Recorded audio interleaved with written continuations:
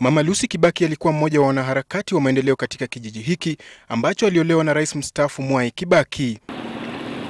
Habari za kifo chake kimewashangaza wengi, huku taswira hiyo ikionekana wazi katika nyuso zao. Tulishukua kwa mshtuko mkubwa kwa sababu tulimjua Mama Lucy tangu kuolewa kwake kama mimi.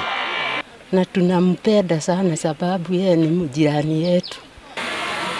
Wakulima wa majani chai pia wanamshukuru Mama Lucy Kibaki kwa soko hili ambalo lilijengwa baada ya maagizo yake ili kuwasaidia wakazi hawa kupata soko tayari kwa mapato yao.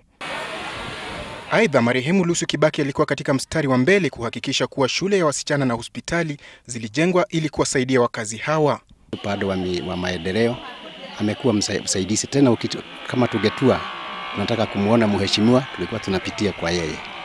Kakake Rais Kibaki ambaye pia ni mchuuzi alielezea uhusiano wake na marehemu, huku akisema kifo chake ni pigo kwa familia yao.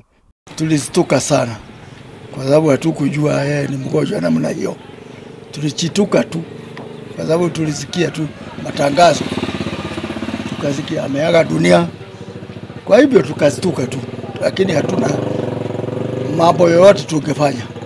Wakazi hawa sasa wanaomba kuwa moja kati ya zile miradi yalizoanzisha zipewe jina lake kama njia ya kuonyesha heshima zao. Habari za kifo cha Mama Lucy Kibaki zimewaacha wengi wa wakazi katika eneo hili na majuto, huku juhudi zake za kutaka kuboresha maisha yao zikibakia miongoni mwa wengi. Geoffrey Mola, Citizen Nipashe.